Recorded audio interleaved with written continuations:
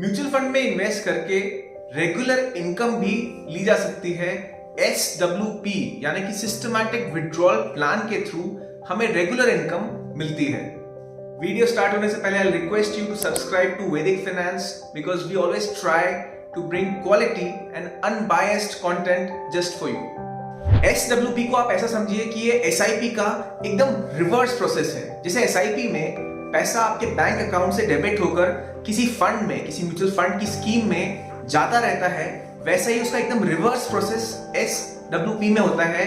पैसा आपके फंड में से निकलकर डेबिट होकर आपके अकाउंट में क्रेडिट होता रहता है, मंथली, वीकली या फिर डेली, जैसा भी आप SWP सेट करते हैं। जैसे SIP में SIP में आप डेट सिलेक्ट करते हैं बैंक अकाउंट डेबिट की, वैसे ही SWP में आप डेट सिलेक्ट करते हैं फंड से विड्रॉल की। एक एग्जाम्पल ले लेते हैं जिससे और क्लैरिटी आ जाएगी।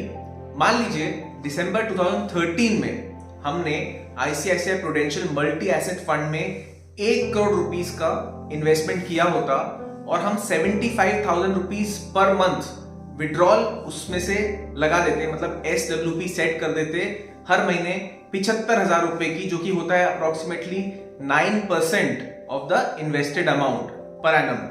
तो इसके हिसाब से लगातार 10 साल तक 75,000 रुपीस पर मंथ हमने अगर लिया होता तो 10 इयर्स में हमने अप्रोक्सीमेटली 90 लाख रुपीस का SWP अमाउंट ले लिया होता।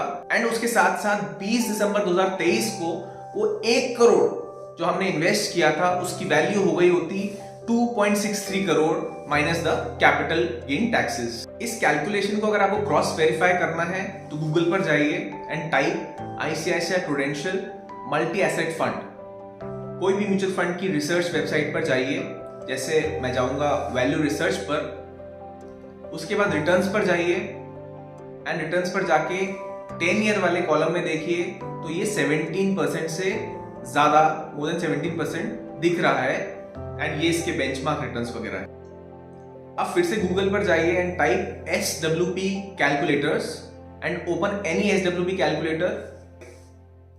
अमाउंट डालिए कि कितना आपको SWP सेट करना है पर मंथ, जो कि इस एग्जांपल में जो हमने अभी लिया है 75,000 है, वो डालिए एंड जो रिटर्न्स एक्सपेक्टेड हैं 17% जो कि ICICI Prudential multi asset fund ने दिया है वो डालिए इस केस में and then put the duration. तो 2.6 करोड़ के आसपास ये आ जाएगा। अगर आप मंथली विड्रॉल कम करते हैं, जैसे यहां पर 75,000 की बजाय 75,000 की जगह हमने अगर 50,000 लिया तो देखिए अमाउंट जो है 3.3 करोड़ तक पहुंच जाता है। इसको 20,000 कर दो तो अमाउंट जो है 4.2 करोड़ के पार हो जाता है। बिकॉज इसका एक रीजन है कि आपका पैसा ज्यादा टाइम तक मार्केट में इन्वेस्टेड रहेगा, सो कंपाउंडिंग का जो इफेक्ट है वो ज्यादा दिखेगा। पर वहीं 75,000 रुपीस की पर मंथ इनकम आपको आएगी तो उसके अलग एडवांटेजेस हैं। तो ये वेरी करता है, पर्सन टू पर्सन डिपेंड करता है आपकी नीड पर। वैसे ITCW ऑप्शन सिलेक्ट करके भी आप म्यूचुअल फंड से इनकम कम कैपिटल विड्रॉल ऑप्शन ले सकते हैं। एंड अगर आपको उसको समझना है तो इस वीडियो में आप देख सकते हैं, जिसमें हमने ITCW और ग्रोथ ऑप्शन में डिफरेंस डिटेल में समझाया है। ITCW में फंड मैनेजर डिसाइड करता है कि आपको कितना अमाउंट डिस्ट्रीब्यूट करना है, राइट। वहीं SWP में आप अपना विड्रॉ अमाउंट, कितना आपको विड्रॉ करना है, अपनी जरूरत के हिसाब से खुद सेट कर सकते हैं।